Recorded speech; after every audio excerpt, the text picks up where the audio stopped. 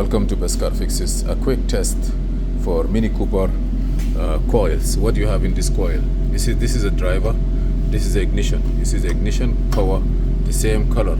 You must have power in this blue wire or light green wire all the time with the ignition on. And then the yellow wire is like a driver. You see this one here? This one here is a driver from the computer. You have to have a continuity between here and the computer. The computer is located here, and those are the wires. You see the first connector here on the computer. You're gonna see the wide one. This is for the cylinder number 1, this wide wire.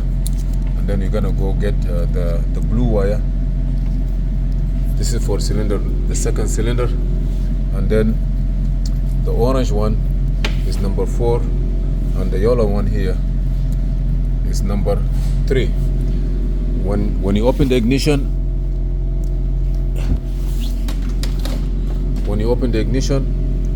you're supposed to get power here. You see, 12 volt. Here is the trigger. That's the coil coming back here. Even if you start it, you will not watch it with a tester light. You need to have a scope to learn the information. But this power here, see here, you're supposed to get it here when you come here. You see here?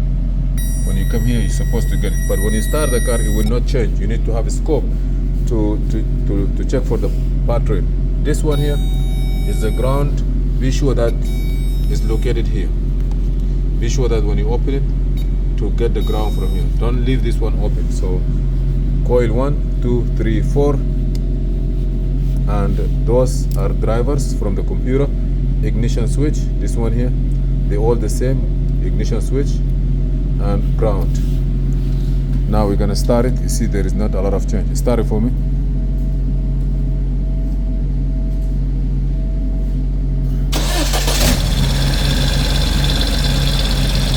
You see here? See? This is the same thing. Other one,